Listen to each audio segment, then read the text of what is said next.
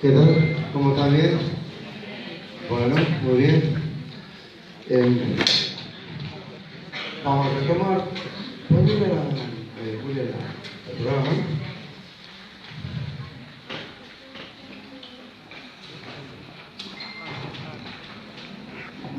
Muy bien. Bueno, me cuesta a mí estar así quieto en este lugar, pero para que puedan escuchar bien y por la longitud del cable, lo voy a ver como si fuera encadenado a este pequeño espacio. Es difícil dar clase así. El movimiento es parte de la clase, como es parte de la vida. Han visto que todas las danzas rituales y todas las cosas tienen baile. De lo antropológico que hay, tienen movimiento, digamos. Bueno, muy bien.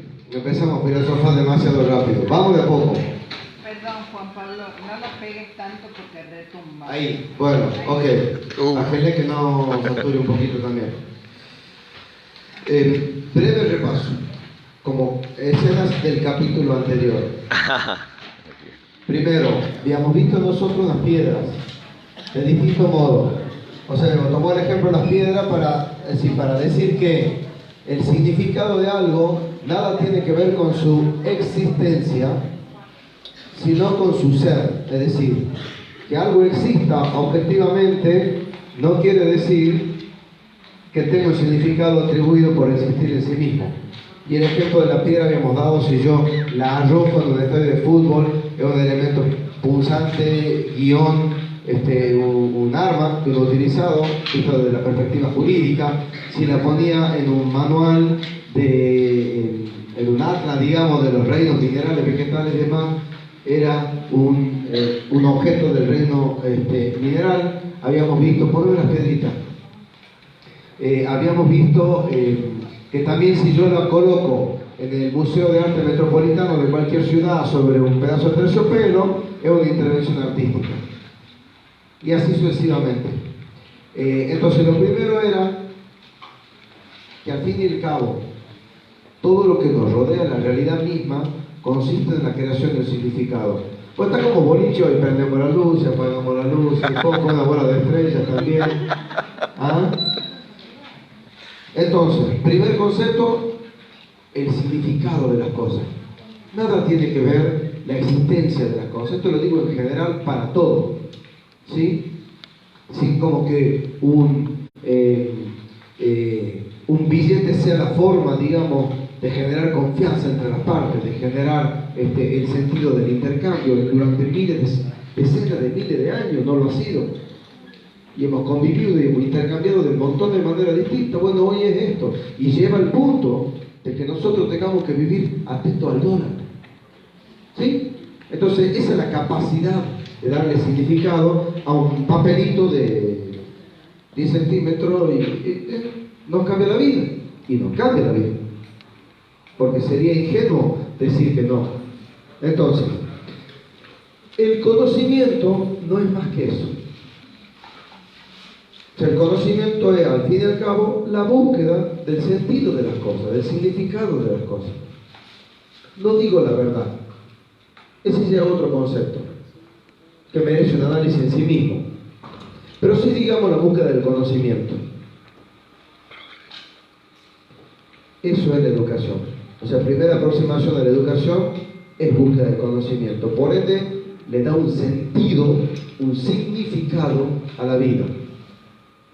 Bueno, hay unos problemitas técnicos, pero no importa, vale la voz. El verbo que les he dicho es lo más poderoso que tenemos. Entonces, si fueran a anotar en palabritas, así, ya lo voy a copiar así, lo podría, pero me distribuí así nomás, ¿no? No es PowerPoint, ni es así, no sé, Prezi, no. Son las letras mías que son bastante comprensibles, ya lo voy a distribuir para que lo tengan, a los esquemas.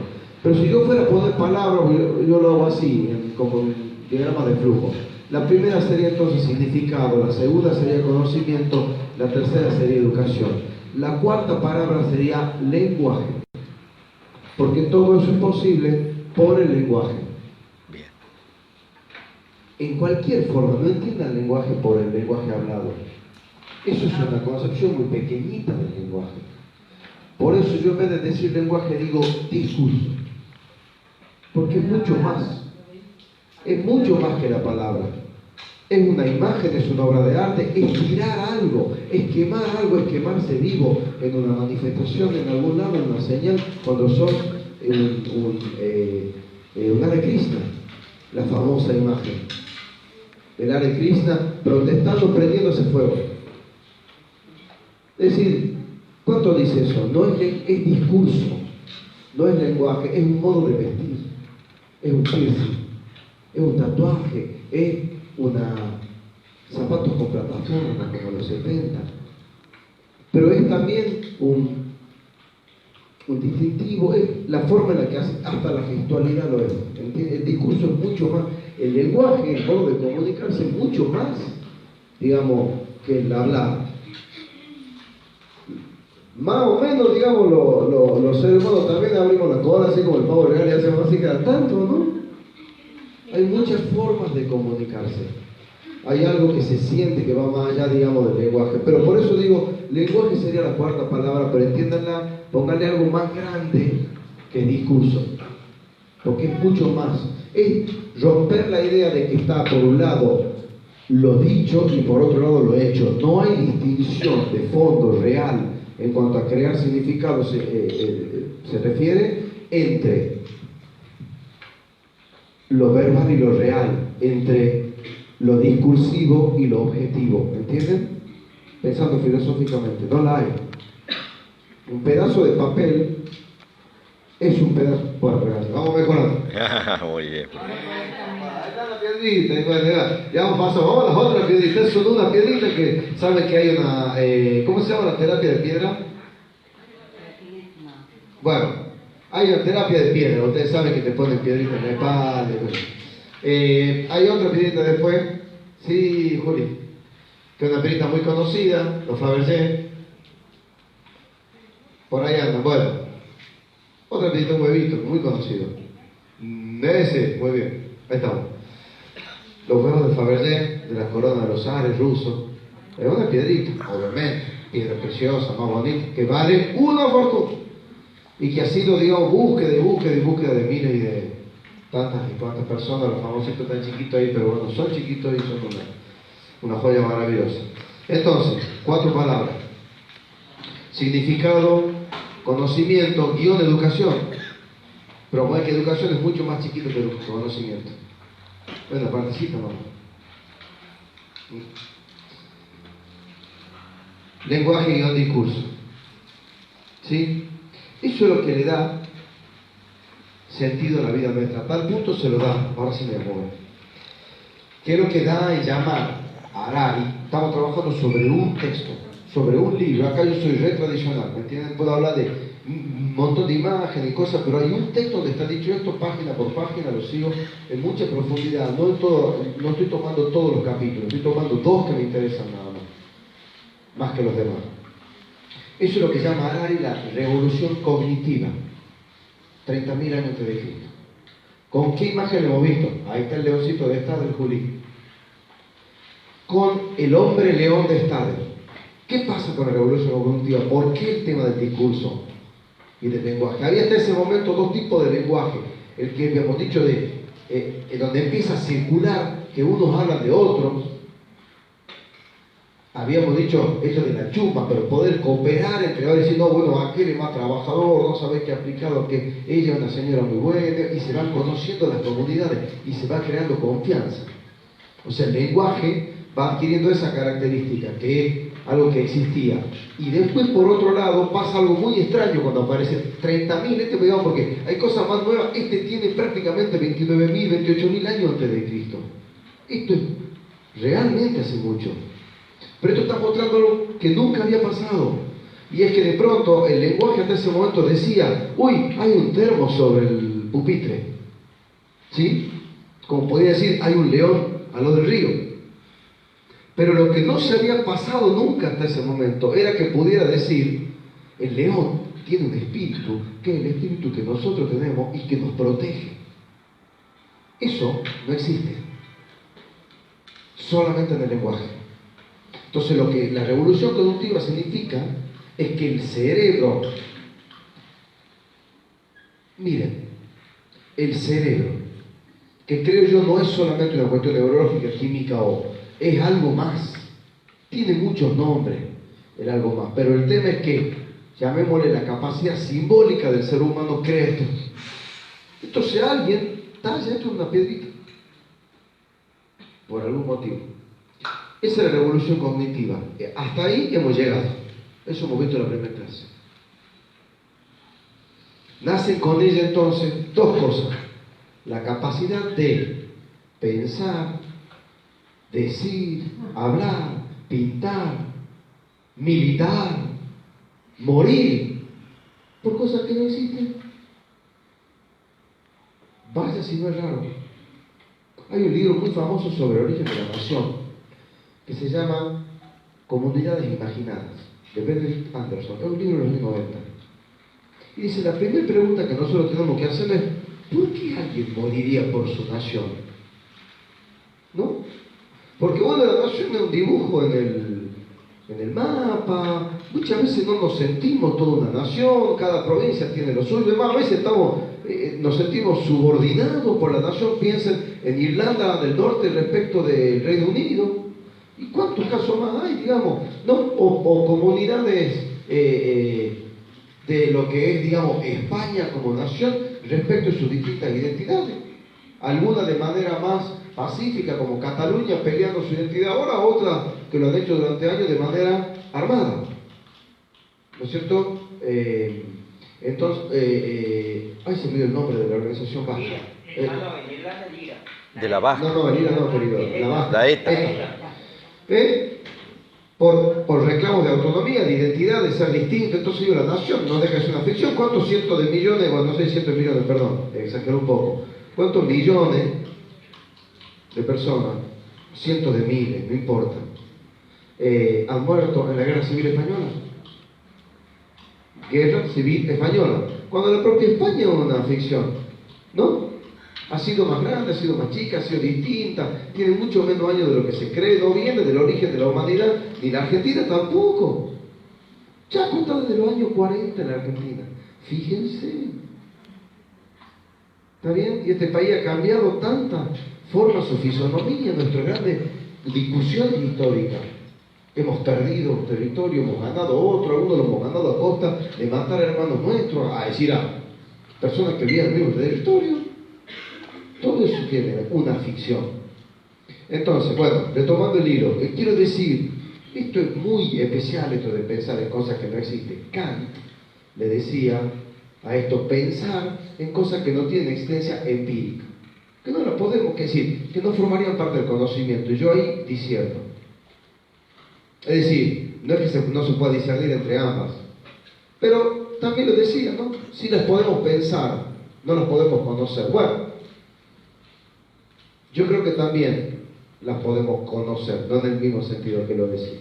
Como fuere, estas son lo que le llamamos ficciones orientadoras, no hacen hacer cosas, hay un elemento de comportamiento. Al fin y al cabo estudiamos comportamiento nosotros, cuando estudiamos, inclusive todos acá, la gran mayoría de ustedes acá, cuando estudiamos qué hace una persona, por qué lo hace, y aparte porque lo estudiamos pedagógicamente también, o cómo hacer que lo haga. Hay una definición de poder que dice es hacer que una persona haga lo que de otra manera no haría.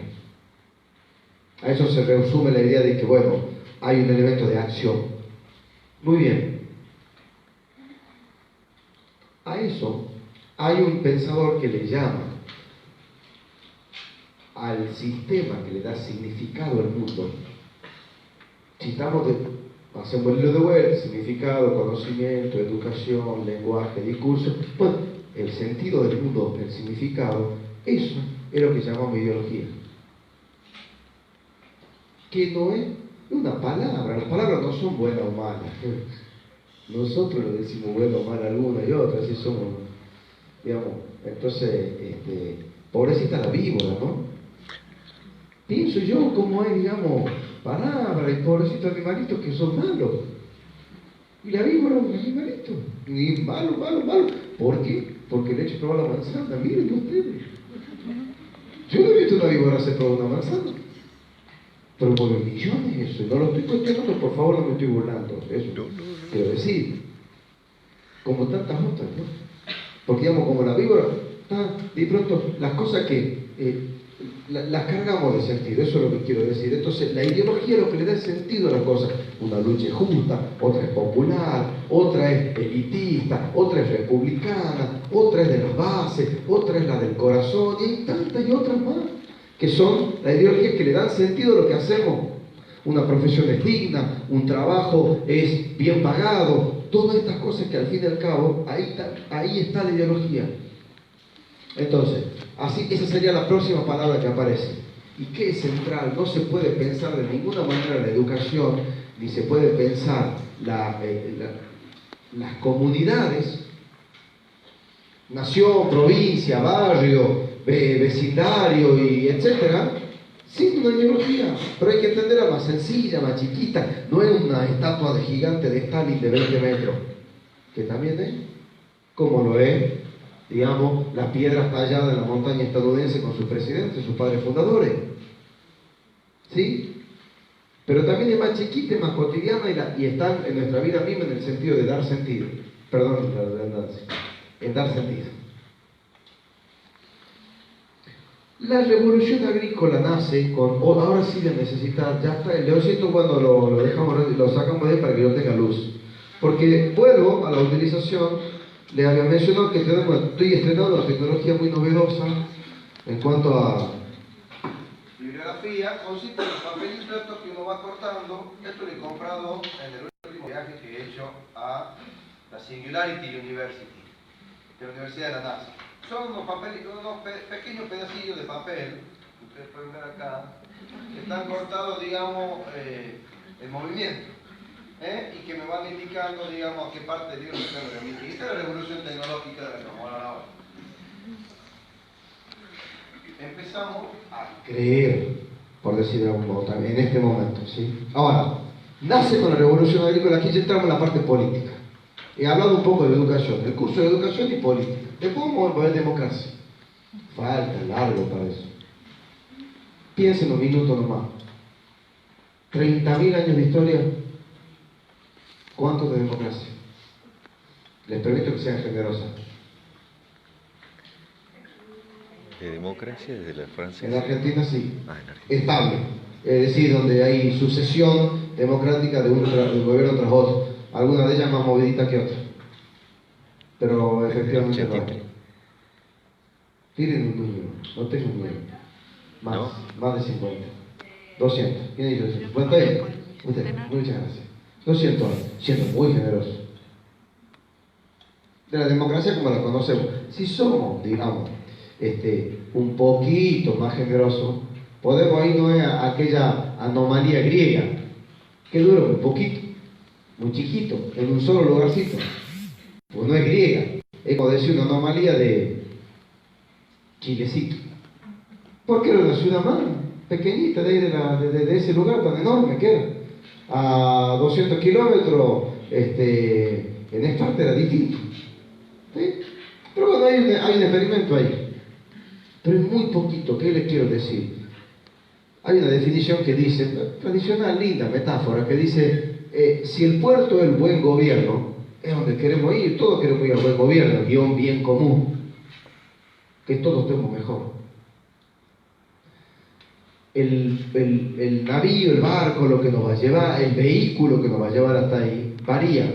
Y esas son nuestras decisiones. Dentro de la elección de cuál era el mejor vehículo al buen gobierno, en 30.000 años de historia solamente en colegio de la democracia, es, como la conocemos, 200. Saquen el número. Por ende hay que cuidarla mucho. Porque es un bien muy preciado y muy pocas veces elegido a lo largo de la historia. Entonces vale mucho más de lo que creemos. La revolución, después para la democracia, pero un adelanto de cosas que vamos a decir. Vamos a hablar de educación, vamos a hablar un poquito de política en un sentido más general.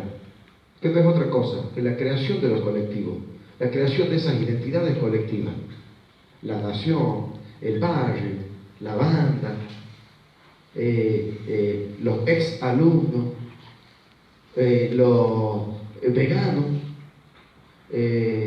no es punk, le decía algunas palabras viejas, sepan entender, los millennials, un montón de cosas que decimos, que son esas construcciones políticas. Digo, en base a eso nos movemos, ¿no? Y nos movemos con mucha fuerza y le da sentido a nuestra vida, que no es individual. Pero una de las cosas que aparece con la revolución agrícola es el individualismo, que es un pilar mucho más profundo del que creemos en nuestra vida actual, ¿no? No es solamente ser, digamos, el individualismo o el egocentrismo, el pensar, digamos, que realmente somos el centro de la tierra. Pero lo digo real a esto, ¿no? O sea, no solamente de que seamos egoístas, sino pensar que el ser humano es superior. O sea, empieza un error muy grande, muy grande. Es distinto, no superior, no es lo mismo. Pero dice entonces, cito, ¿no?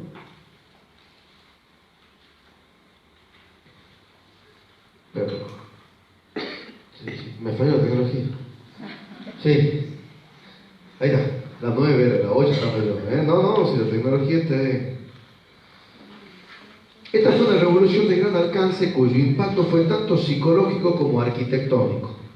En lo venidero, el apego a mi casa y la separación de los vecinos se convirtieron en el rasgo psicológico distintivo de un ser mucho más egocéntrico. Primera cuestión que aparece con la revolución agrícola, que es central en cuanto al tipo de orden que se va a construir. No es lo mismo pensar colectivamente, o sea que todos somos uno, con sus diversidades, a pensar que somos la suma de cada uno. Son dos cosas muy distintas. Porque marcan éticas, marcan maneras de pensar distintas. Podemos, si ya la llevamos al extremo, no me importa lo que le pase al otro mientras yo esté mejor. Al extremo. ¿Sí? Hay dos partidos políticos contemporáneos, muy nuevos, y que han tenido un grado de éxito. No voy a decir más nada, lo dejo ahí, digamos. Porque estaba pensando en uno de los otros, pero está bien, lo voy a dejar ahí, por valga la broma, disculpen si me sonrojo, no he querido, no es mi intención, digamos, en este lugar entrar en algunos temas. Uno de ellos se llama Podemos, que ha sido un partido español que es, digamos, de golpe viene de los indignados españoles de aquel momento, que viene a través de una crisis económico-financiera, caída de bancos, salvataje de bancos, donde el gobierno español opta, digamos, por los poderes fácticos, por los mandatos de la Unión Europea, una especie de fondo monetario, porque está el Fondo Monetario, está la Unión Europea, está la Comisión Europea, y ante el enojo del pueblo sobre eso surge un movimiento social que después se convierte en una organización más importante, que después se convierte en un partido político que hoy forma parte del gobierno español y que después de muchísimo tiempo, desde los años 60 más o menos, 70, rompe un bipartidismo y ingresa en el gobierno. O sea, logra al punto tal que hoy su primer ministro necesita estar dialogando con ellos, este diálogo cotidiano que están teniendo en el gobierno español. Pero uno se llama Podemos, que es como más colectivo. El otro se llama Sí se puede, que es más individual. Son dos concepciones filosóficas distintas de lo que es el todos. No estoy jugando uno u otro, no la juguen por su resultado político de vuelta, punto aparte. Pero sí por, digamos, cuál es el mecanismo, la forma de pensarnos como conjunto, una forma política, una definición de fondo estrictamente política. Una de las cosas que nace con la revolución agrícola es el individualismo, que es algo muy profundo, que va a tener momentos mejores y peores, pero que llevado al extremo puede producir niveles de injusticia soberano. Lo otro que nace, es, llamémosle, el gobierno de las élites, pero sociedades que son no necesariamente muy justas. Cito, esto es la página 121.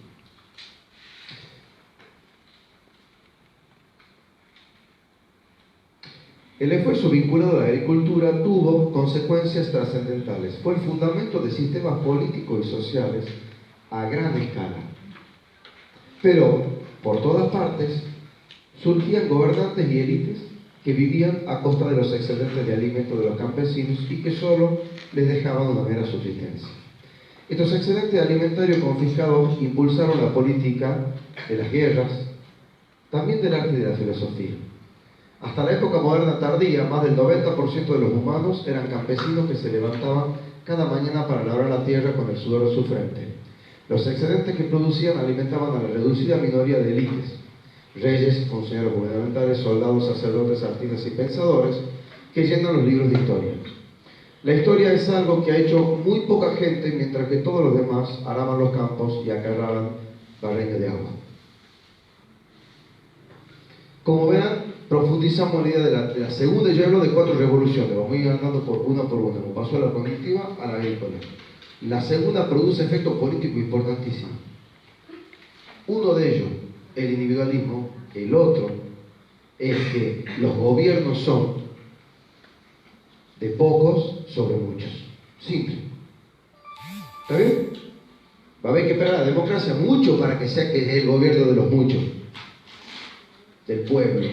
Falta mucho para eso. Aquí estamos 12.000 años antes de Cristo. Falta para la democracia, pero hay que entender esto para entender muchas de las cosas que nos pasan. O sea, esto sí está presente en nosotros. ¿No? Gobierno para pocos, gobierno para muchos. Sí está presente en nosotros, todos los días. Esas dos cosas nacen con la revolución agrícola. Yo creo lo siguiente. Creo que para dar clase hacen falta estas cosas.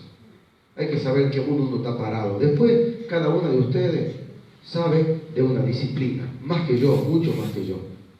Yo lo que estoy tratando es dar un marco en el cual pensar cómo nos comunicamos, por qué nos comunicamos, para qué enseñamos. Acá ya hemos decidido enseñar, la mayoría. Y aparte de lo que no hemos decidido, lo hacemos igual, porque lo hacemos con nuestros padres, con nuestros hijos, quizás de manera más directa, lo hacemos con nuestros padres, lo hacemos con los vecinos, lo hacemos en la calle, lo hacemos en el trabajo, lo hacemos en todos lados. Pero esta es la pregunta. Voy a decir algunas cosas que yo creo, considero y he visto en 4 años de política pública y de cada una de las más de 800 escuelas que he visitado personalmente, decenas de miles de maestros y maestras con los que he hablado, supervisoras. Hoy he saludado a unas secretarias en la escuela Fray Cayetano Rodríguez Tafí Viejo, pero del nombre de ella, a las miles que hay en la provincia, de todo lo que he visto de cada chico. Alumno de Colaró del Valle al que le he dado una distinción de orgullo tucumano porque no faltó en toda la primaria. ¿Qué Sarmiento ni Sarmiento? Yo lo tengo acá, Pueblo de Valle, no faltó nunca, en Corralao. ¿Sí? Entonces, de todo esto vamos a hablar también, pero creo que hay un momento del fundamento de las cosas. ¿Sí? Bueno.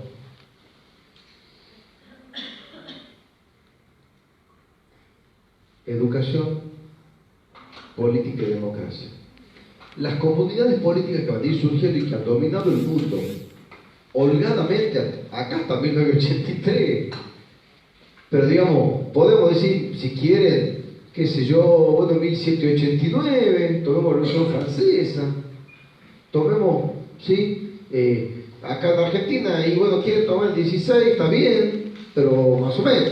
Habría que irse, digamos, al 14, por lo menos, a la Isa de Peña, y por qué no decir el voto femenino, y bueno, acá está difícil, digamos, en realidad contamos del 83, pero en otros lugares tampoco hace mucho, sobre 30.000 años de historia. En aquella revolución, si en la cognitiva nace esto de la creatividad y demás, una de las cosas que nace es la acumulación de conocimiento, y está el conocimiento de trabajar la tierra. Y es algo que es un conocimiento que en principio es muy positivo porque es ciencia aplicada, pero en el larguísimo plazo sus resultados han sido negativos. Claramente vivíamos mejor como cazadores y recolectores. ¿Sí? Claramente. Con esto van naciendo otras cosas. He dicho la vez pasada que para Harari, más que la dominación de la agricultura, es que el trigo domina al hombre. como especie, ¿no? Lo hace trabajar para él. Ahora, en términos políticos, lo individual y lo de pocos sobre muchos va a salir a luz. Recomiendo aquí la lectura de José Nuno, politólogo argentino, de una trayectoria bastante importante en el exterior también, que ha sido secretario de Cultura, José Nuno, allá por 2003, 2005. ¿Sí? Se llama Democracia, Gobierno del Pueblo o Gobierno de los Políticos.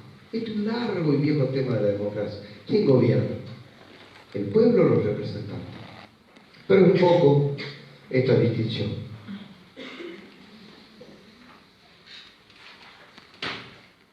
Nace entonces un orden político que inevitablemente tiene mitos que lo fundan.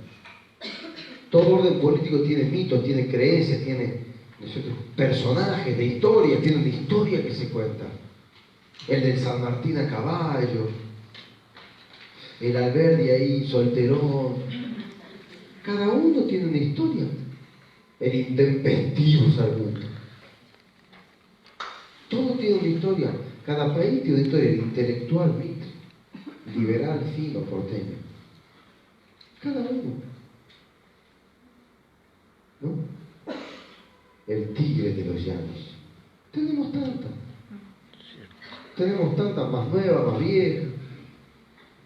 ¿No? Aparecen una con más fuerza. Juan Azurduy tomó fuerza San Martín. Signo de los tiempos. Pero no es que no son historias aparte de las vidas reales. ¿No es cierto? Entonces, surgen los mitos. Que este es el tema que nos interesa.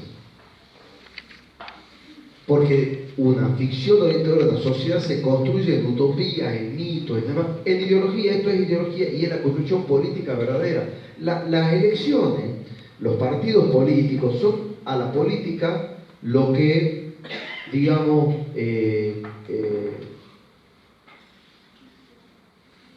un barrio es a la provincia de Tucumán. En cuanto a la escala, ¿entienden? Es una partecita de la política. Es la política partidaria electoral.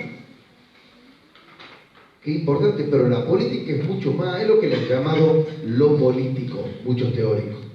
Carl Schmitt, Santalmud, Ernesto Laclau, un montón de políticos. El concepto de lo político, como algo mucho más grande que la política. ¿Qué es esto de decir quiénes somos, por qué somos, para qué nos juntamos, qué vamos a hacer, en sentido amplio? ¿Sí? Esos son los mitos que nos guían. Eso nace con esa revolución. Ahora bien, lo que permiten los mitos es la cooperación. Había un mito de que había, navegando hacia el este, se llegaba al oeste. ¿Sí? Ese era el mito sencillo. Era un mito, porque decía que había dragones. O sea que eso era plano y en un momento voy a llegar y te caí. Y había un dragón ahí abajo esperándote. Así. Y se larga un grupo de personas. Porque creen que no. Algunos porque creían que no, otros porque le daban lo mismo, digamos. O sea, todos los bondes lo dejaban bien. Pero se largan. No solo uno. Son cientos y cientos y cientos de distintos pueblos a lo largo de un montón de tiempo hasta que, bueno, el mito dice que hay uno que descubre. Mentira, pero vale a tal punto que es uno de los mitos fundacionales nuestros. Pero no es uno, perdón, hay todo un continente entero en intercambio durante cientos de años, hasta que sí pasa un hecho de conquista sistemática, organizada, con todo lo que sabemos respecto de ella ahora. Pero se mueven en búsqueda de un mito. Y había otro mito peor en el sentido de más llamativo, esto quiero decir, El Dorado, del cual podemos ir al cine a disfrutar de una hermosa película de Disney al respecto, que tiene heroínas y héroes que nos van a conmover de verdad. Era la búsqueda del oro que teníamos nosotros. En un país que gobernaba un continente, políticamente lo gobernaba, que era España, que quería oro. Y venía a buscar oro. ¿Sí? Perdón, me acuerdo de la novela abierta de Galeano. Sí. Creo que eso lo habían inventado los indígenas para que se pierdan en medio de la selva. Puede ser, la verdad, no lo sé. Puede ser, las estrategias de la lucha sean de distintos modos. Puede ser. Pero digo, eso mueve el nacimiento sobre la base de un genocidio de un continente nuevo. Colonizado, perdón, esto pasa en el África, pasa en el Asia, pasa al interior de su propio pueblo. Es una época medio bélica y cruel del mundo. Como la actual, en otro sentido.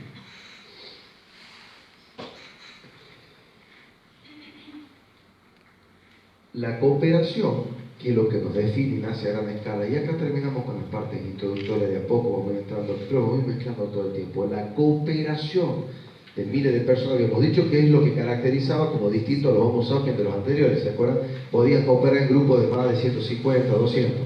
Eso se va agrandando cada vez más, hasta llegar a 14 millones de personas mirando una conferencia de prensa, un partido en vivo, o un video que es viral 15 millones de veces. Mueve multitudes, ¿no? Con la filmación de Mark. Bueno, no sé si lo ven 15 millones, pero tantas cosas.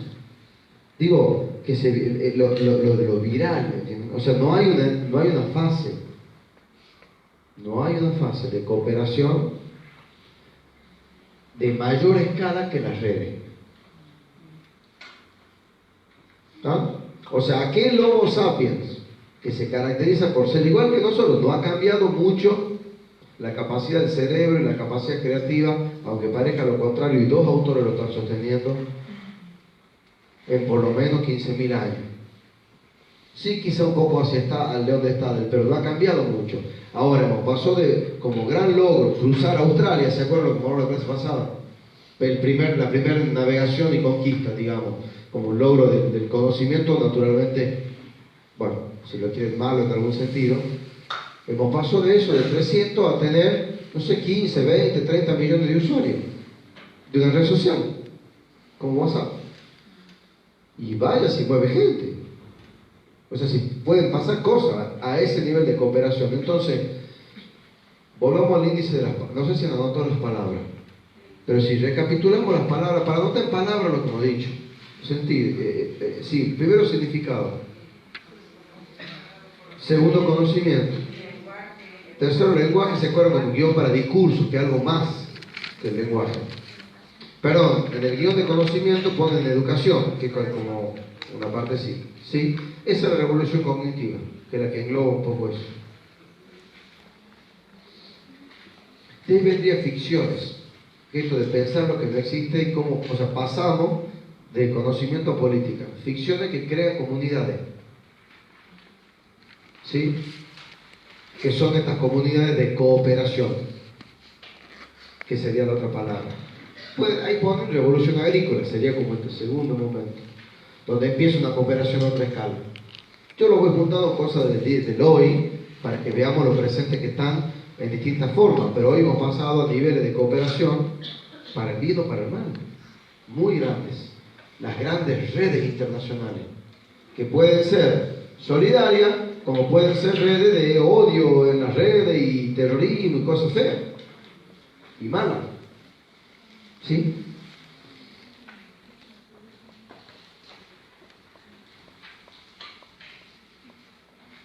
Voy a terminar con una cosa que Harari le llama a esto que nace con la revolución agrícola, orden imaginario. Esa misma palabra que había usado en su momento Benedict Anderson en el libro que les decía, y es también, ¿por qué no hoy, que creo que es el día del nacimiento de Eduardo Galeano? ¿No? ¿Ayer? Bueno, esto de las utopías. O sea, nosotros imaginamos órdenes posibles. Cuando elegimos educar, cuando nosotros mismos hacemos algo, yo creo que buscamos algo mejor. O sea, un orden posible mejor, y que lo tenemos que buscar, y que lo tenemos que inculcar a eso. Pero son órdenes imaginados. Si no imagináramos una cosa distinta, nos quedaríamos con lo que hay. Porque creíamos que eso está mandado así. Escuchen, durante más de 1000 años, ¿no? De vuelta, hagan la escala. Nosotros llegamos a 85, 95, 75, qué sé yo. Lo que la vida nos depare menos. Mucho no sé. Pero durante más de 1000 años, se entendía que el que gobernaba no era uno de nosotros, tenía un poder divino mandado por Dios, pero hasta alguno de eso era por un aceite que le ponían acá. Yo no me burlo de eso porque todavía existe en muchos lugares. Pero digo, si no imaginamos cosas, no nos podemos imaginar cosas distintas. Y no se puede hacer un mundo diferente con gente indiferente. La única manera de hacer un mundo diferente, mejor, es imaginándolo. Y después, bueno, organizándonos para hacerlo. Y la educación tiene algo de eso. Muy bien. Quería referirme a la escritura, por último, específicamente como una cuestión que aparece en eso.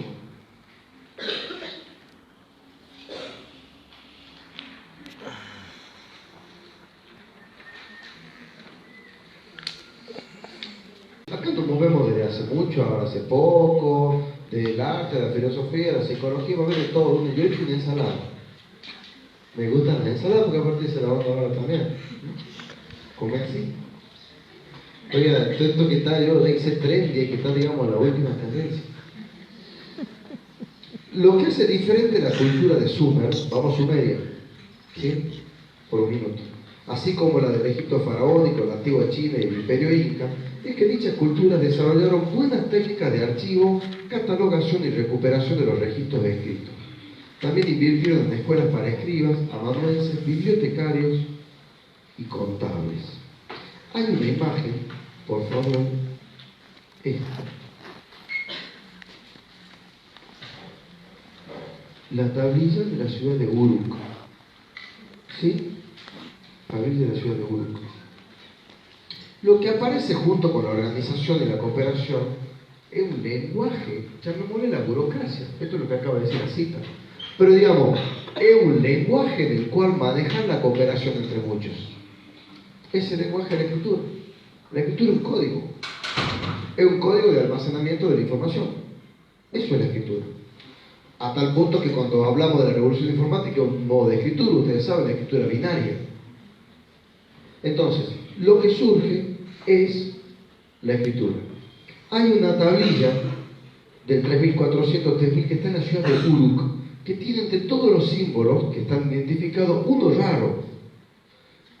Tiene un número, tiene otro que dice 37 meses, tiene uno que dice cebada, y hay uno que pareciera por las letras decir Cushim.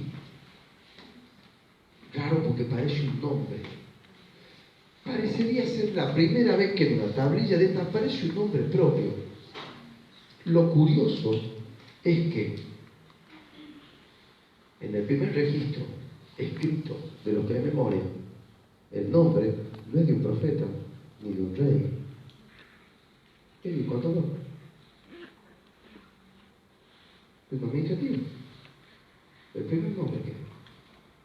Esto es lo que está diciendo de la capacidad de manejo de la información que tiene que ver con la comunidad. La escritura es una forma, manejar la técnica de la escritura, como lo hemos dicho, de los incas, de la China y demás. Esto va naciendo ahí.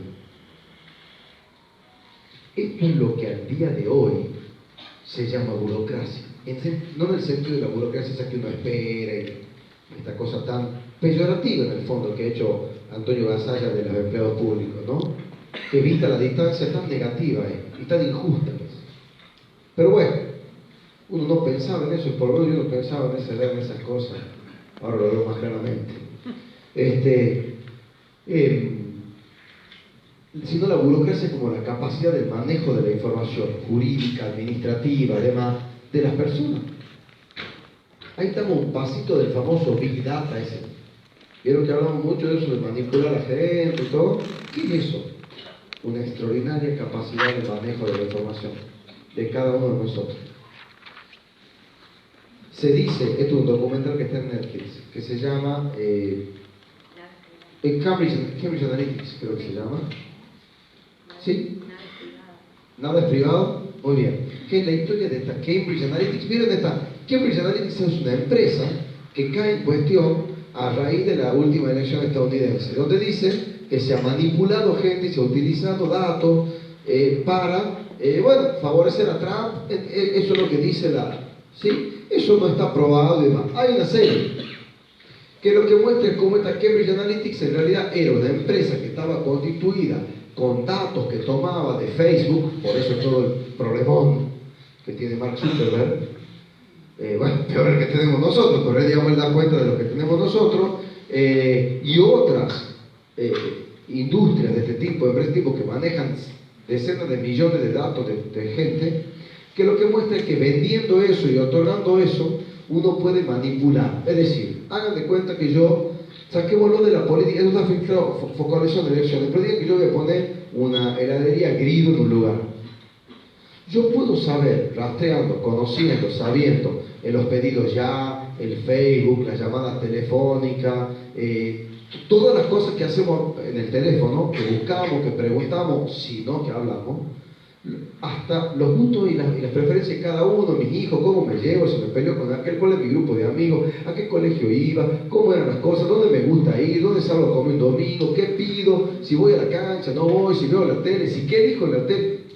Cuentan. Y se estima, en la serie aparece el caso de la Argentina en 2015, se estima que el manejo de datos que Cambridge Analytica podía proveer por cada uno de nosotros eran 8.000 datos. De todo esto que les digo. Entonces, en función de eso, se desarrolla una oferta, una propuesta, algo que está pensado en realidad en las propias preferencias que se ha ido tomando de uno. Eso es Big Data. Lo puede usar Tello, o que he dicho el otro, Grido, o lo puede usar un partido político.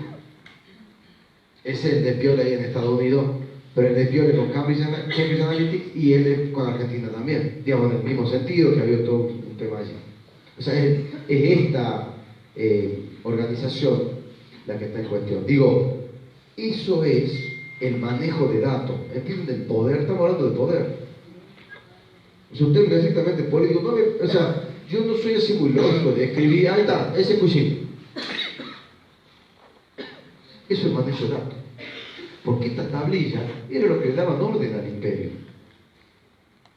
¿Saber quién es quién? Poder recaudar impuestos, todo eso. Es poder.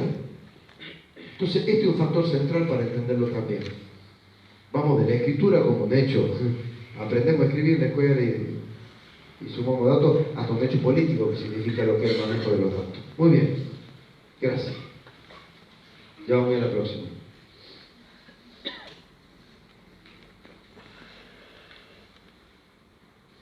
¿Vieron que los políticos se habla en número?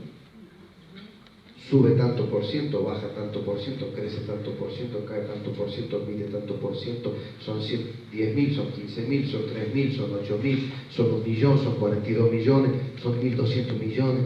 Así.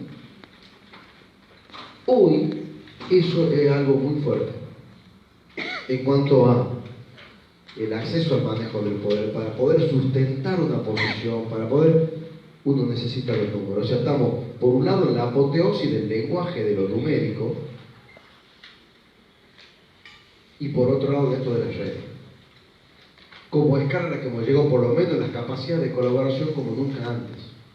¿Sí? Hemos tenido instancias, por cooperación la podemos tener conmovedora, pacífica, como la podemos tener espantosa. Es decir, esto lamentablemente no tiene solución, no entienden así de solución endogámica. Esto es lo que decidamos, lo que hagamos, es una responsabilidad, no está dentro de nosotros. Es decir, son decisiones que tenemos que tomar día a día. ¿Qué temita hay? Ya que hemos hablado de la información y de manejo de datos. Bueno, aquí vamos a Santiago Guilín, ¿qué otra onda? Esto es mucho más suave de leer. Pasaje al futuro, le comento mucho más suave. Pero vaya un dato no tan suave. Si reuniéramos todo página 18, si reuniéramos todo el conocimiento generado desde el inicio de la civilización humana hasta el año 2003, tendríamos 6 exabytes de datos. Actualmente, ¿estamos? O sea, toda la información desde el origen de la humanidad hasta 2003. Debe estar contando desde la escritura, ¿no? Más que desde la revolución cognitiva. Digamos, 7.000, 8.000, un poco menos. Sí, 3.400 le he dicho que sin Fuji, contemos de ahí, se cuenta un poquito antes, 3.000 más o menos. 5 en total. Si reuniéramos todo eso hasta el año 2003, tendríamos 6 exabytes de datos. Actualmente, generamos ese mismo volumen de información cada 2 días. ¿Está la proporción? 7.000 años, 6.000. En 2 días se genera la misma cantidad de información. Es decir, según un informe reciente de IBM, el 90% de toda la información existente del mundo fue creada en los últimos 2 años. Sí, es una revolución. O sea, no un invento. Es una revolución. Entonces, si el manejo de la información era un elemento de poder, sí, estamos en un momento donde más que nunca el manejo de esa información es la gran pregunta que nos tenemos que hacer. ¿Qué es la escuela? Distribución de la información. No hay una herramienta más poderosa para empoderar que la escuela. Después vamos a pensar qué tipo de información, cómo es que da, y aparte no soy yo el que va a pensar todo eso, somos varios cursos, varios. Y tampoco tenemos toda la respuesta nosotros, cada uno tiene su manera de metodología, esto es toda una ciencia. Pero digo, yo estoy yendo al hecho puntual, digamos, de que la información son las posibilidades reales de las personas de vivir mejor. O sea, no es una abstracción lo que estamos diciendo. Cuando decimos que la educación es el futuro, que la esperanza que tenemos, no es solamente un decir.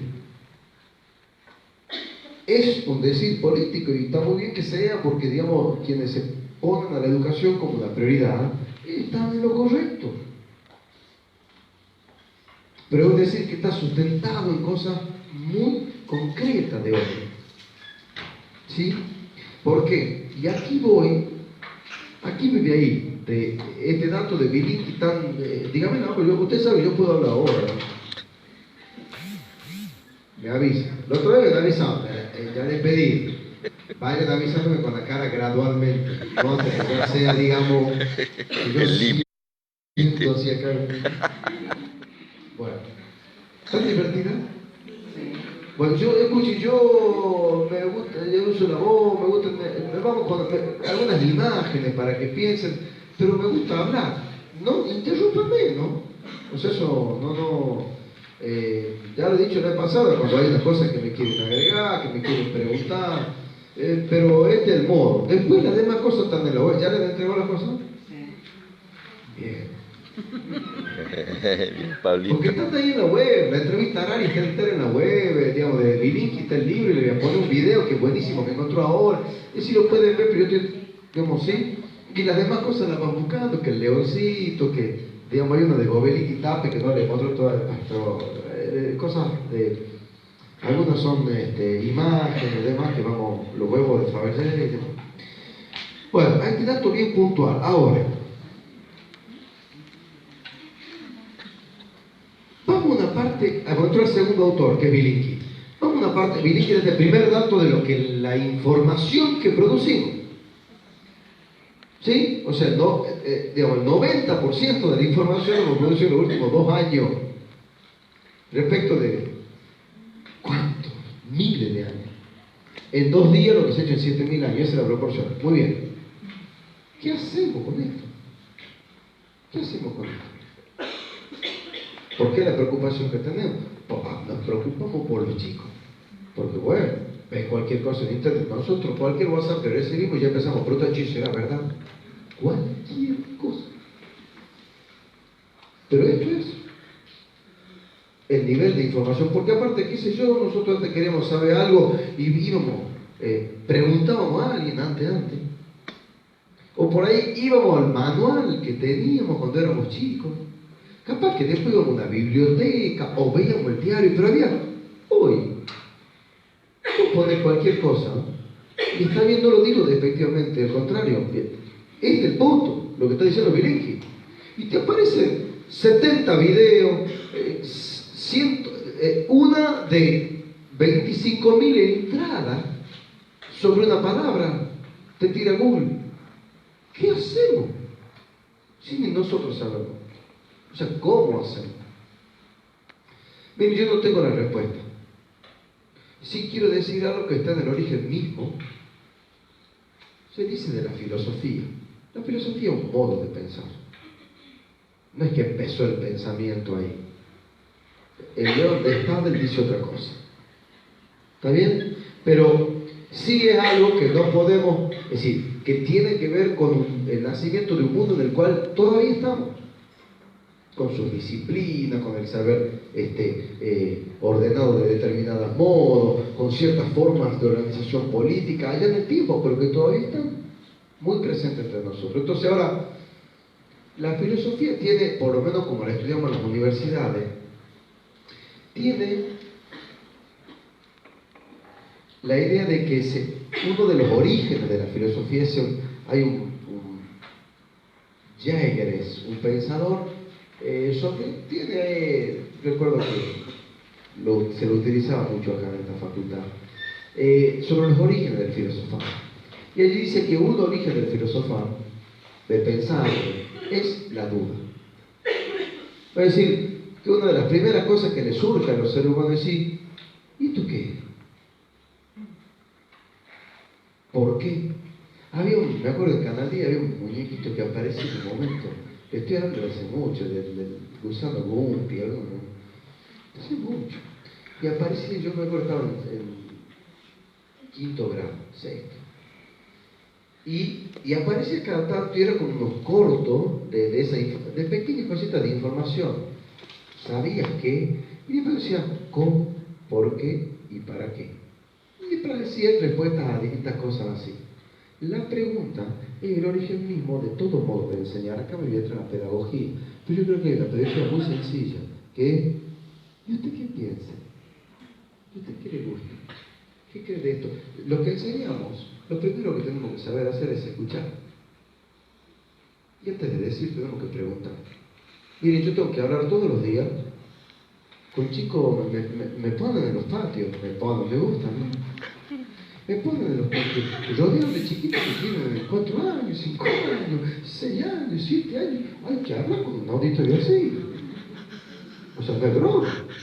Me le paro 10 veces más, Club Caja, el que quiera, digamos. Antes que esos chicos ahí. Y siempre uno, ¿de qué le voy a hablar? Muy simple. Pregunten. Es lo mejor que se puede hacer. Y de ahí charlan. Y transmiten una idea. Pero a los chicos y a los más grandes también, no estoy diciendo solamente a esos chicos, a todos. A la otra persona quieren convencer a alguien, le gusta militar, le gusta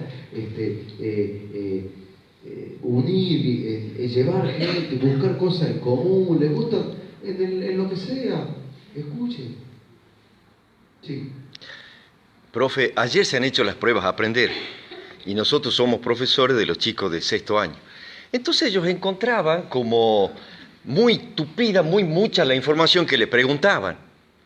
¿Para qué nos preguntan tantas cosas? Entonces les digo, a ver, son adolescentes, 17, 18 años. Cuando ustedes van a un baile, ¿qué hacen lo primero antes de salir? Nos miramos al espejo, bueno, ¿para qué se miran? Para mejorar, para ver si la corbata está bien puesta, para ver, bueno, chicos, esa es una evaluación, mirarnos en un espejo para mejorar lo que hacemos. Entonces el silencio, y como usted dice, profe, el hecho de darle la palabra a ellos y que entiendan para qué están siendo evaluados.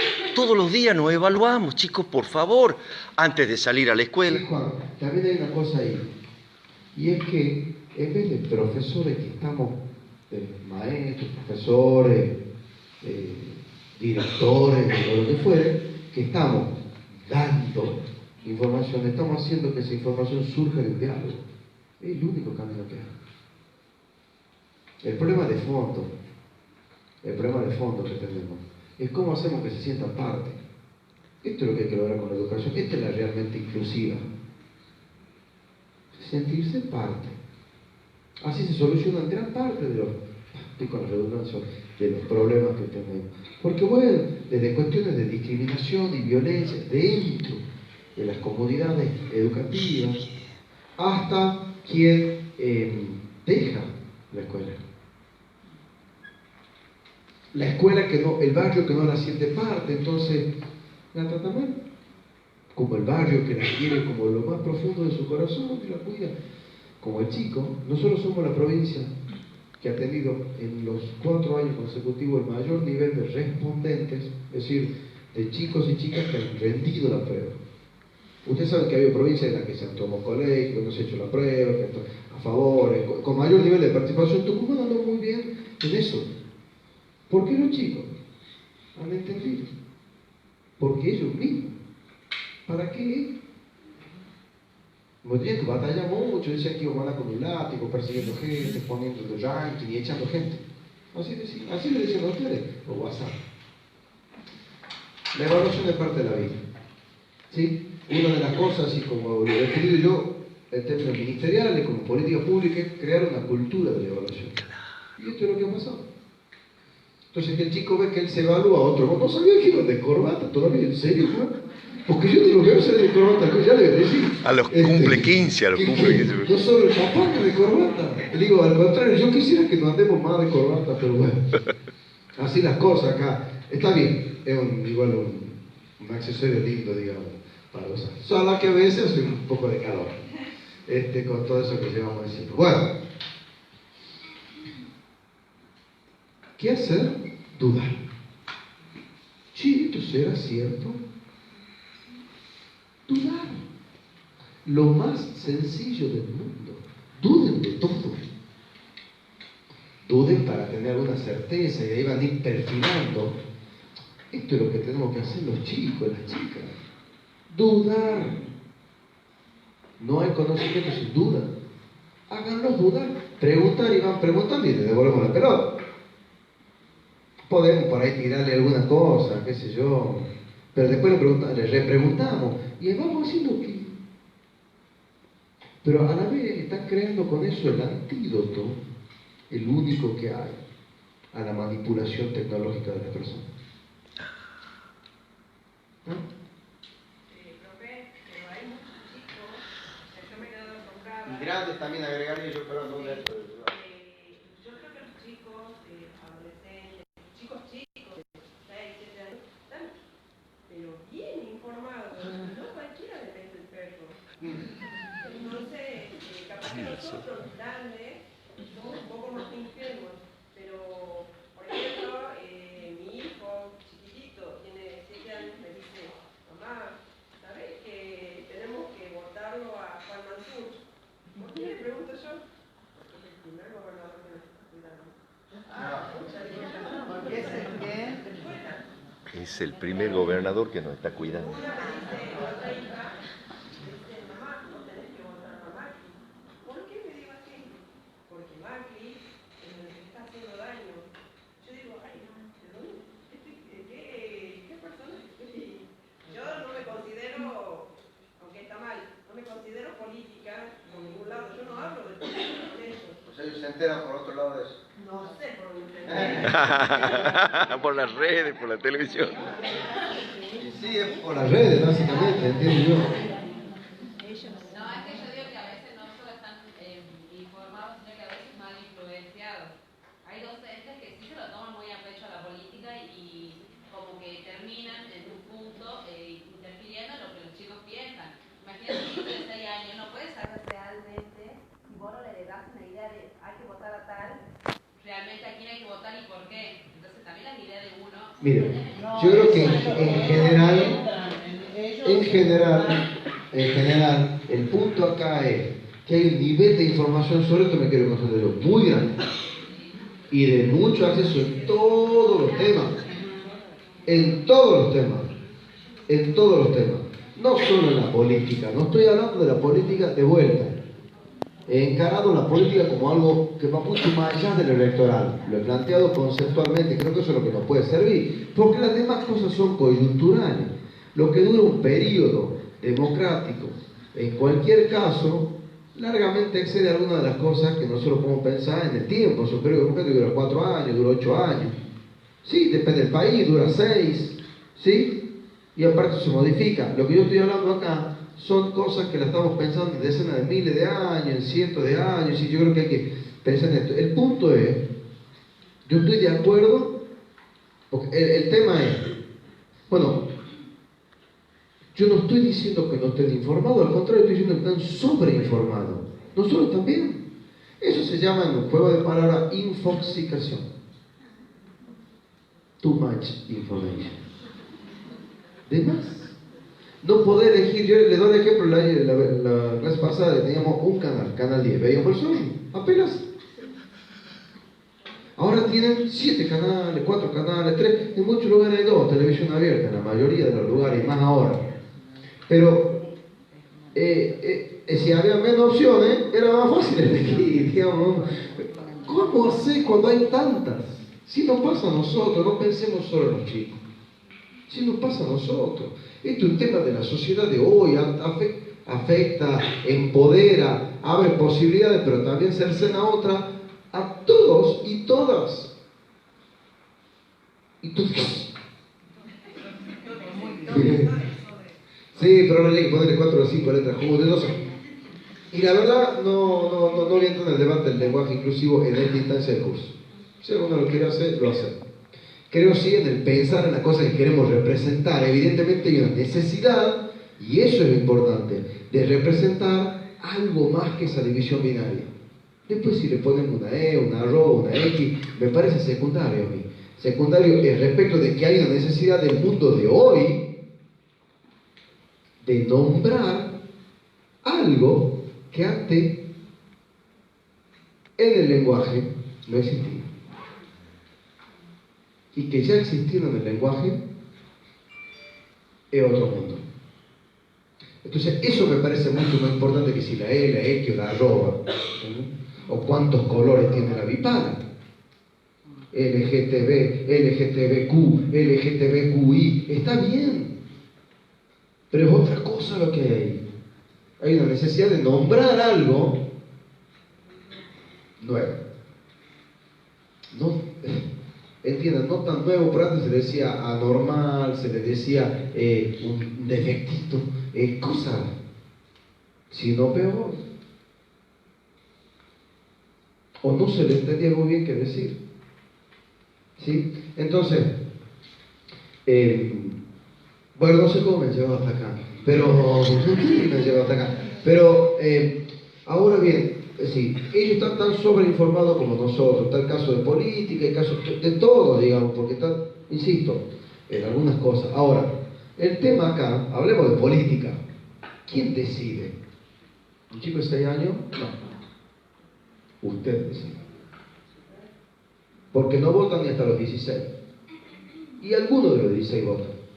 Y quienes toman las decisiones en las escuelas, en los negocios, en el colectivo, en la mesa de la casa, muchas veces, en la política, en la economía, en los medios, no son los niños ni son los jóvenes, somos nosotros. Entonces ahí hay un tema de poder concreto, donde nosotros tenemos, digamos, un poder que nos da más responsabilidad que derechos. Sería la manera ideal de interpretarlo. Ahí yo recomiendo la lectura del concepto de ¿cómo se llama Pablo? ¿Dónde está Pablo? Mandato, el de García Linera. Ya lo buscamos, ¿no? Sí, pero digamos que el mandato, esta idea de mandato, porque hoy dice está el mandatario, lo usamos mucho, la idea, este es el mandato. En realidad, el poder que uno recibe por mandato es el de someterse al mandato. ¿Entienden esta la diferencia? O sea, el poder no es mío. En todo caso, el poder yo tengo que someter al mandato. Es algo muy fuerte, muy colectivo, digamos, uno representa algo mucho más que lo que uno es. No es que tiene el mandato, es que debe el mandato. Es una concepción de poder completamente distinta. Pero digo, algo de eso tenemos que, nosotros tenemos, digamos, el mandato de hacer un mundo mejor por los niños, diría Perales. ¿Sí? Pues la idea es el zapatismo de mandar obedeciendo. Bueno, es parecido. Ahí tiene otra referencia también, zapatismo, Garcelinera, que son temas que van a aparecer cada tanto. Perdón, con respecto al tema de la obediencia, aquí en lo que estábamos hablando, lo que usted decía del tema de la cooperación y la confianza. Con respecto al tema del conocimiento, lo que yo he notado, por ejemplo, es que muchos chicos tienen problemas con entender para qué sirven determinadas cosas. Siempre, ¿para qué me sirve el logaritmo a la vida real? ¿Para qué me sirve saber que se tiene que creer? Creo que están más asociando el conocimiento a algo que tenga una utilidad inmediata, o ya da todo como es, que todo ya viene basado directamente para que lo consuman. Entonces, por ahí es difícil explicarle a los chicos para qué me sirve esto. Pero por otro lado, con toda esta información y todo este caudal de información, ¿a quién le creemos? Y entonces me pongo a pensar que nuestra función como educadores es decirle más o menos de todo eso que hay, esto es más o menos el camino.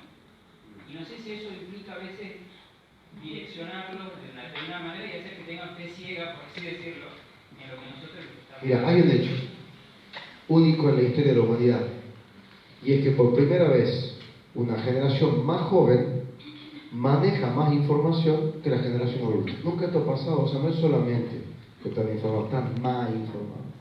Eso no pasó nunca. ¿Cómo era la historia? Nos decía que en la familia, esta es una familia que se ha ido transmitiendo de generación en generación con el abuelo los oficios, se asociaba más con lo masculino por motivo obvio de dominación masculina, digamos, en toda la modernidad, y hasta ahora. Pero esto va de el padre, le pasa al hijo, que le pasa a sus hijos, y así. Los oficios. ¿Han visto las casas que todavía tienen el apellido, digamos? Porque el apellido es lo que da la pauta del conocimiento del métier, digamos, de lo que hacen. Entonces, el tema que está invertido es eso. Escuchen, estamos parando en un lugar muy complicado nosotros. O sea, entendamos dónde estamos. Estamos en el medio de un terremoto cognitivo. Yo he dicho el otro día, aquí tenemos, vamos a ponerlo en términos sencillos, escuela del siglo XIX, alumno del siglo, profesor del siglo XX, alumno del XXI, no es broma. No es broma. Entonces, este es un hecho. ¿Cuál sea nuestro rol? Yo sí creo que nosotros tenemos que ser una herramienta de duda, de pensamiento crítico, es decir, no solo para dudar, sino para tratar de encontrar algo en lo que encuentran la certeza suficiente para creer en eso. Creerlo, conocerlo, pensarlo, profundizarlo y abrazarlo, digamos, también, es decir, como algo que les va gustando más. No piensen solamente en la clave de...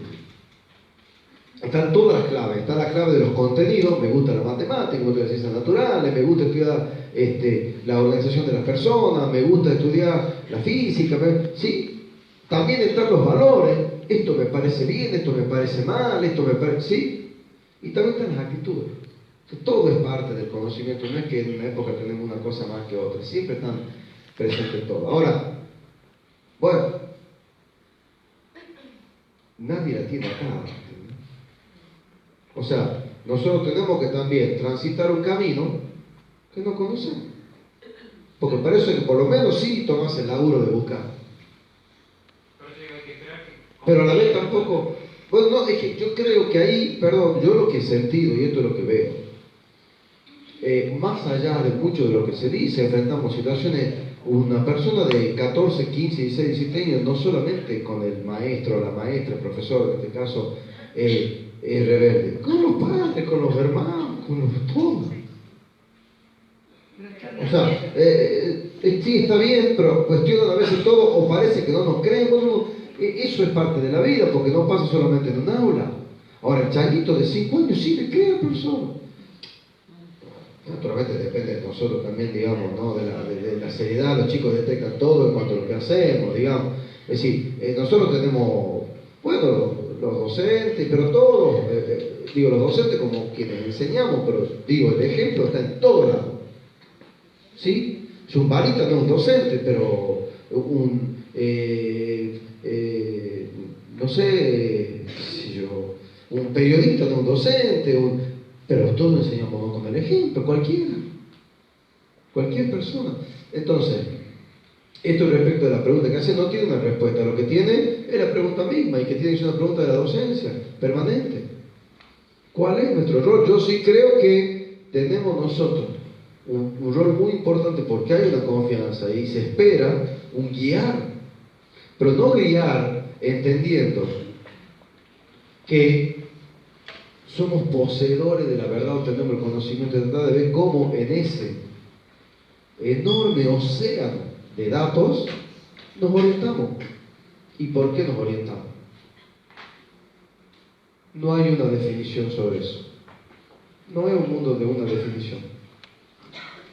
La verdad, bueno, pero cada uno tiene su verdad. ¿Qué va a hacer? Es la vida. Y están las decisiones que tomamos cada día. Escuche, no está predeterminado lo que vaya a pasar. No está predeterminado que no te vayas a equivocar. Ahora, lo que no puede dejar de hacer es guiar. Y obviamente uno estudia, prepara, etc. Yo estoy tratando de guiarlo por un camino de un montón de preguntas a las que no tengo respuesta. Pero me las estoy haciendo. Entonces creo que también eso estimula el pensamiento y bueno, uno un poco va buscando también y que transmite. No quiere decir, a la vez hay certeza, acá estamos dando datos, estamos dando números. Sí, pero números que nos hacen pensar en cuánto tenemos. Yo elegí estos dos libros, ¿sabe cuánto? Miles de cosas de esto. Y uno elige, ¿no? Sí. Que me gustaría contestarle al colega que en realidad vos siempre, digamos, das la pista. Primero, si lo que importa para el conocimiento es la duda, es más importante la pregunta que la respuesta que vos le des. Porque indudablemente tu respuesta es una respuesta que a su vez no necesariamente el chico la tiene que aceptar. Por otro lado, vos hiciste preguntas vinculadas con que para qué sirve. Y yo creo que esa es la clave. Juan Pablo siempre da el ejemplo de que alguien enseña química con una receta de cocina. Y yo que me dedico a la filosofía siempre muestro la utilidad que tiene. Soy una convencida que tiene utilidad. ¿Cómo no va a tener utilidad si te da una forma de ver el mundo distinta? O sea, lo que pasa es que muchas veces, por ejemplo, la matemática es un agujero negro en la universidad, ¿sí? Es un área que es, en exactas, es el colador para que haya menos estudiantes, ¿sí? Ahora, la utilidad de las matemáticas es inmensa, pero en general el problema está que el profesor no sabe mostrarle la utilidad. Sí. ¿O no? Yo les cuento, yo no tengo una respuesta a eso. Le digo, ¿qué hago cuando me pagan 400 changuitos de primaria alrededor? ¿Sabes? Y esto es una de matemáticas. Claro. Le tengo que decir, ¿por qué? ¿Para qué vamos a hacer las pruebas y aparte yo le digo que las cuiden y las quieran a las profes y todo, pero le tengo que decir, ¿por qué? Entonces le digo, ¿alguno usa YouTube? Sí. Bueno, ¿y qué ponen en YouTube? Pregúntame. ¿Qué buscan? Y no quieren decir. Digan lo que quieren, reggaetón, cumbia, folclore, le gusta el trap. ¿Qué buscan? El trap. Le encanta el profe. Depende, ustedes saben ahí de todo. Duki, Pablo Londra. Entonces empiezan a hablar. Le digo, y cuando ponen ahí Pablo Londra, ¿no le aparece entre los videos después aparece uno de otro? Y dice, bueno, si has buscado este, quizás te interese este. ¿Qué hacen? Dicho simple, suman las veces que vos has puesto un autor que pertenece a un género y te sugieren cosas que pertenecen en un cálculo de probabilidades matemático a otro género. Este dicho es muy sencillo, hay unos algoritmos tremendos ahí adentro. Perdón, a ustedes le hacen lo mismo, ¿no? A todos. Y después terminamos. Nuestras preferencias son las que nos da Netflix. Perfil seleccionado para ti. Ay, te conocemos, pero escuchen, sí los conocen. Los conoce de chiquitito. Sí los conocen. De verdad los Y conocen. además te lo dice por el nombre. Susana, tenés para ver Tal cual. Escuchen, estamos de verdad.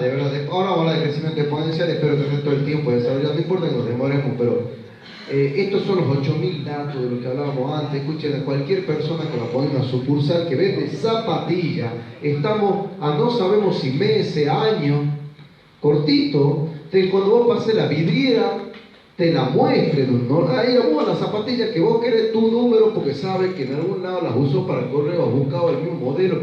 Así como las películas de Tom Cruise que va y le leen los ojos, eso. Minority Report. Pero eso no es algo distante, ¿entienden? O sea, Netflix ya es eso, Spotify ya es eso, TripAdvisor ya es eso, Despegar ya es eso, Pedido ya es eso.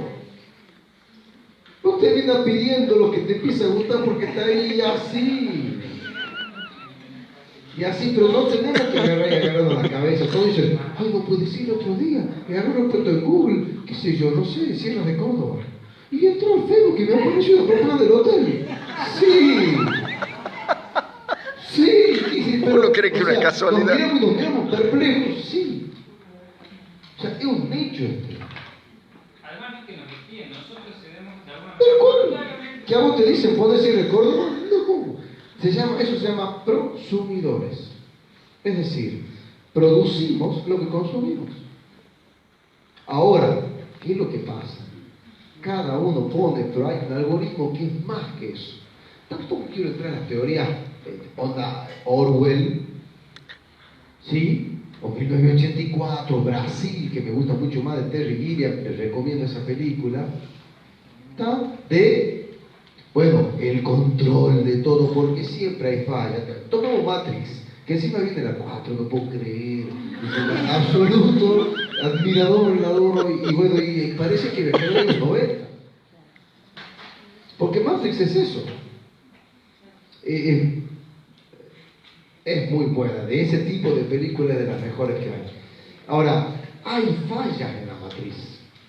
O sea, no hay, creo yo, este universo, digamos, de pronto que nos domina. Ahora, lo que sí, vamos a tener que ver qué tanto resiste el corazoncito y una serie de cosas, todo este tipo de que te hagan sentir y emocionar. ¿Sí? Y te aparezca la zapatilla y cómprame. ¿Sí? Entonces uno sale al centro a buscar zapatillas y la zapatilla te encuentra a vos, no buenas zapatillas. Pero esto ya pasa. Entonces,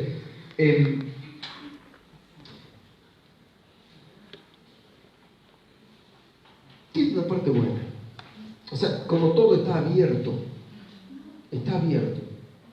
¿Sí? O sea, no hay que, en estas cosas no hay que golpearse la cabeza contra la pared. ¿Qué voy a hacer? O sea, primero un hecho. Ante los hechos que ocurren, sigue la pregunta de, bueno, ¿qué hacemos con esto? O sea, lo que no podemos hacer es negarnos, querernos salirnos de eso, porque no hay afuera de eso. Sí, bueno, pueden agarrar, tienen deseo de agarrar y hay mejores formas de relacionarse con el celular. Le contó la semana pasada estas tiendas de slow food, comida lenta. Tenés que entrar y comer despacio.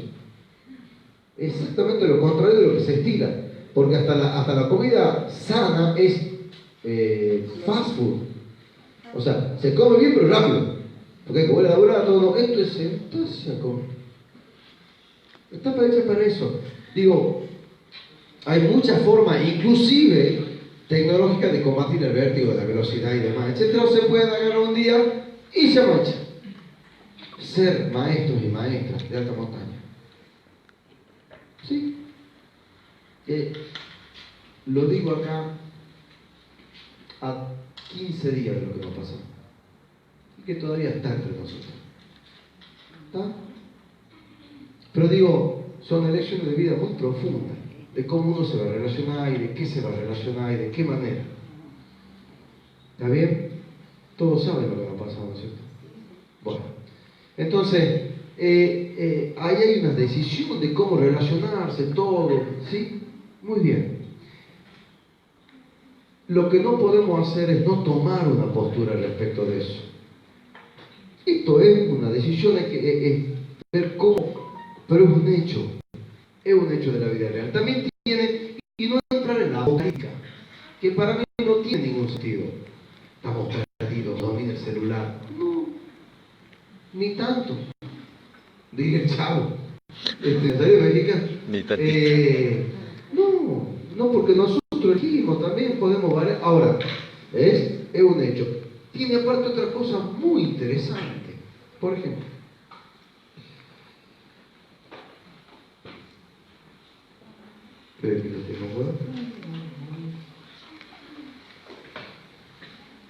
quiero que hay mucha resistencia a los e-readers, los e-books, o sea, los libros electrónicos. Que en realidad no es eso, es como un teléfono, pero es más cómodo para leer. Y yo no veo, las chicas, los chicos acá me mandan cosas en WhatsApp ahora para poder ver las fotos esas que me mandan. Yo no puedo leer en el teléfono.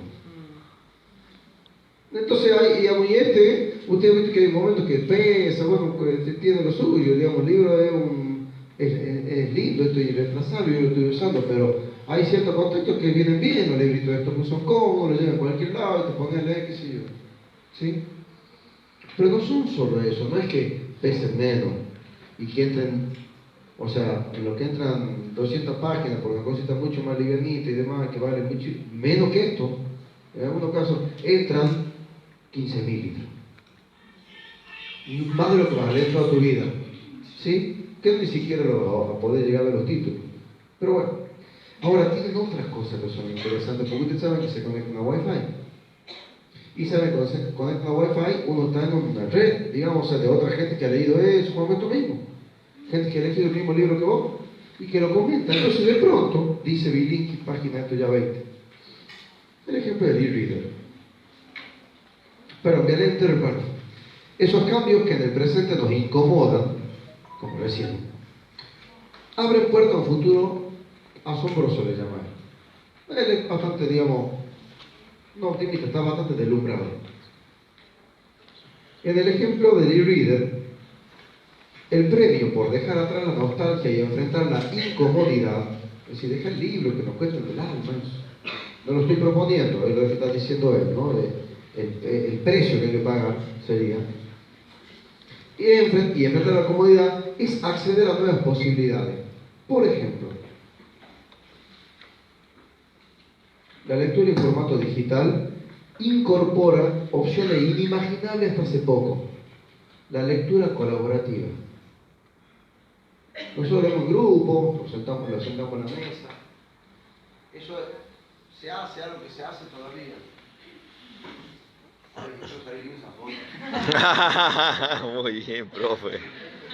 Mirá que te están grabando. También el profe que está grabando. Estamos saliendo en vivo, profe, para los que no pudieron venir. Sí. Estoy convencido de todo lo que digo. Muy bien, profe. Hablando de dudas, estoy convencido. La colaborativa, esto no es algo menor.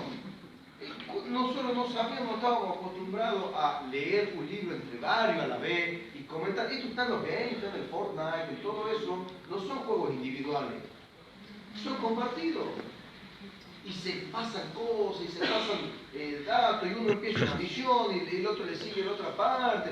Y ustedes saben que esto tiene una cosa, perdón, este es el mundo de sus hijos, de sus nietos, de sus sobrinos, de sus sobrinas. Porque no solamente ocurre en el Fortnite. No le tengamos tanto miedo al Fortnite. También decían que la televisión no hacía tonto. Y bueno, tan tonto no lo sabía. Dijo, ¡hora de televisión! Yo volvía de jugar solo. Qué grande el profe. El C18, yo jugaba el C18. Después de colorar. Ahí al software, que es como el 20. Sí. Ahí el C tiene un buen equipo al día de hoy, somos buenos. Vamos a salir campeones mundiales por primera vez a Argentina. Sí. Para lo que, también, y para lo que hemos jugado es algo muy grosso, ¿viste? Que serán campeones. Sí. Volví a la casa, 6:30, 7, y damos la novela. ¿Cómo se llama? Piel naranja. Esa me acuerdo que era piloto, con la risa piloto.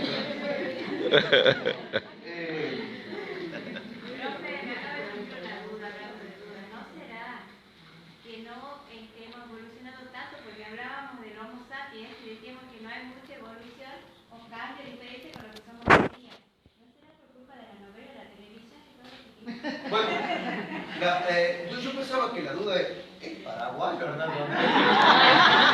Pero, no, eso no la sé responder. Pero, a ver, mira, la forma de reconocerte desde el iPhone 10 eso es lo más ancestral que tenemos. Nosotros nacemos con eso. Vos te miras el ojo. ¿Está bien? Podés poner el dedo, podés poner el ojo, podés poner un número. Miren, las tres cosas de las que estaban. El iPhone, que en esto de teléfono, digamos, ¿no?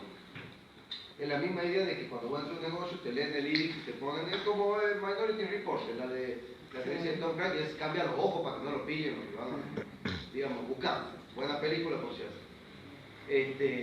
Porque aparte de ahí pueden adelantar, predecir, ahora voy a entrar en esto, si tengo tiempo hoy, no las que vienen, de predecir el comportamiento de los criminales. Y ellos llegan antes que pasen los homicidios y delitos.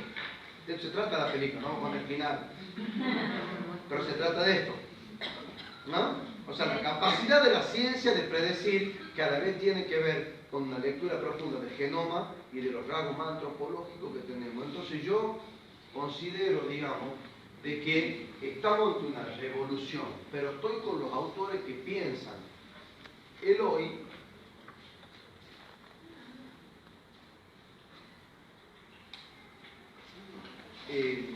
atravesado por el ayer, porque no nacemos de un reposo. El mundo no ha empezado, hay revoluciones, pero todas cargan de algún lado la huella de lo que somos. Las edades del mundo, de la gente, es decir, de nosotros, pero de nosotros como especie, no son edades lineales. Es decir, que nosotros somos bebés, después somos niños y ya no somos bebés, después de ser niños somos jóvenes, ya no somos niños ni bebés, ser jóvenes somos adultos, ya no somos, en algún lado vive, está en nosotros. Y de pronto cuando ya somos adultos mayores hay un montón de categorías, digamos, adulto joven, adulto ya medio, adulto mayor, ¿sí? Pero en todo eso yo les pregunto, ¿qué no vive, qué no dice? Dice Víctor Sueiro, que uno ve toda su vida cuando dice que lo ha visto. No, eso no me gusta. Yo le creo, ¿Está bien? Susana dice. Lo que digo es, ¿cuántas conductas de la adultez mayor tienen que ver con cuestiones de retorno de lo más primario de la persona? Pero ¿cuántas veces se sienten con la misma soledad y la duda que cuando eran niños? O sea, no es que son como las del árbol. Están ahí, están todos en el tronco, marcadas, son huellas que tenemos. Esto dicho en filosófico lo dicen Derrida, un montón de gente, pero lo pone sencillo. Como el árbol. Ahí está en el tronco, está todo. Entonces yo no, creo que hemos evolucionado, es terrible. Estamos diciendo que estamos produciendo cada 2 días el mismo volumen de información que en 7.000 años. Pero, ante este tipo de cosas, lo que hago es que me aferro a lo que tengo más firme, ¿me entiendes? Si se mueve la tierra, uno se agarra algo que alguna certeza que tiene. Yo creo en la duda. Es una certeza que tengo. En el pensamiento crítico. En la capacidad de guiar como podemos. Explorando a la vez. De transmitir actitudes, contenidos y valores. Si no descreo de nada de eso. De leer los libros, de usarlos, pero de usar este libro.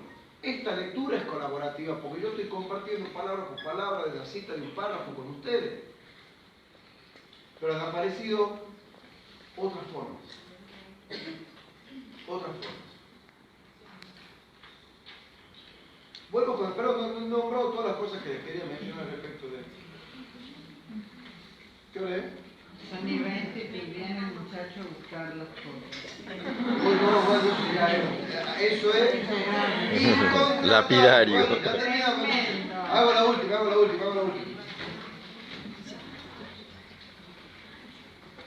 voy a terminar con Freud, pero una más de ellas. Hemos dicho, la lectura colaborativa, el subrayado colectivo. Han visto que esos libros te dicen, bueno, y hay gente que entonces son como los apuntes que compramos acá. Vos decís, voy a leer el apunte y que ya leer directamente lo que se lo dio el otro. Pero ese es un camino. También podés compartir subrayado, preguntarle a tal por qué lo ha hecho, o sea, tiene un montón de posibilidades online, o sea, haciéndolo en vivo, conversando con la gente, o sea, los clubs, digamos, esto va de Harry Potter a cosas de ciencia, más avanzada, ¿no? La indelebilidad de nuestras notas, ya no es más así, uno lo guarda, lo mete en la nube y demás, y ahí las tenés. Cambia inclusive el registro que podemos tener de lo que hemos leído, lo que hemos pensado en ese momento.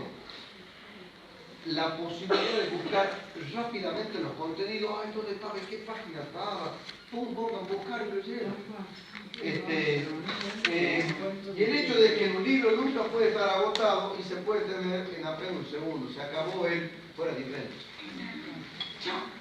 Pero pueden leer los rollos más buenos. Correcto. ¿Entiendes? Sí, pero...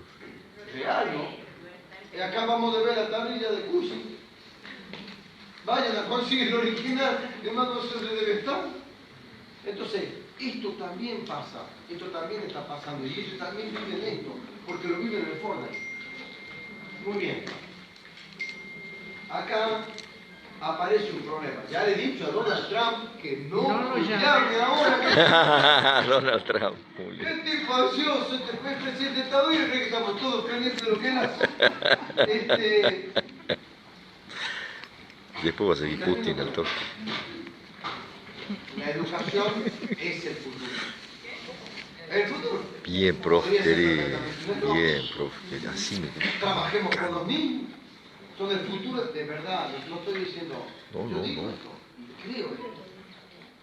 ¿Ah? Sí creo esto. Ahora, eso es una certeza. Pero es una certeza que está atravesada por un interrogante.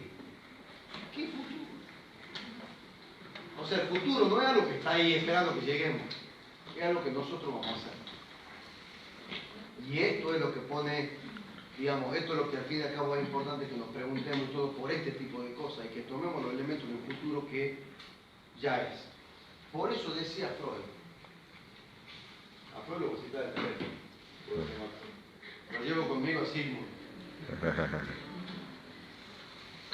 Perdón, ¿dónde anotas eso? Tengo una curiosidad. Notas. Ay, anotas.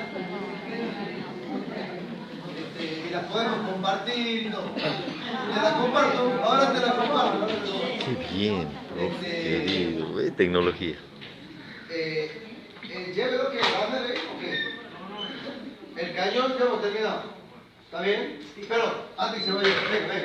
Suba, un segundo. Ya llevo el cañón. Tranquilo. Que suba el programa. Monté el segundo, mira. Porque ahora sí hemos terminado con Billy. Esto es lo que viene. Que está en la web, que está donde le he dicho todo. Le voy a sumar algunas cositas para que le el video de Billy. Si estos son libres, hay un papel, un cuadernillo. Acá es esto. Y ahí están lo que seleccionó de cada uno de los pasajes.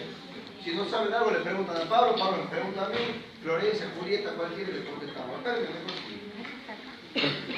Porque el futuro tenemos una dosis de incertidumbre insalvable. Nosotros preparamos a los chicos para algo que no conocemos, que no sabemos, volvemos al origen de todo lo que nos plantea el curso. O sea, hay una duda en el fondo de todo lo que hacemos que nunca nos puede dar la certeza. Tenemos certeza, pero esa parte de certeza de que no estamos seguros de una serie de cosas. Dice Freud en el malestar en la cultura. Ya la próxima vez, con Dios me agarró de golpe, como todo. Pareciera que analizar, el psicoanálisis, sería la tercera de aquellas profesiones imposibles, en que se puede dar anticipadamente, por cierto, la insuficiencia del resultado. Es decir, nunca vamos a lograr del todo lo que buscamos. Las otras dos, ya de antigua consabidas, son el educar y el gobernar. ¿Está bien? Eso lo dice en el Malestar en la Cultura, la cita después la comparto de lectura colaborativa. Esto es lo que viene. Salvador Dalí ya ha dicho una obra de arte, la busca, el hecho sensible, lo tiene todo, ¿no es cierto? Ok, la clase que viene, no la doy yo, vamos a ver, entre otro profesional o otra profesora de Córdoba, otro tema, nos vemos más adelante.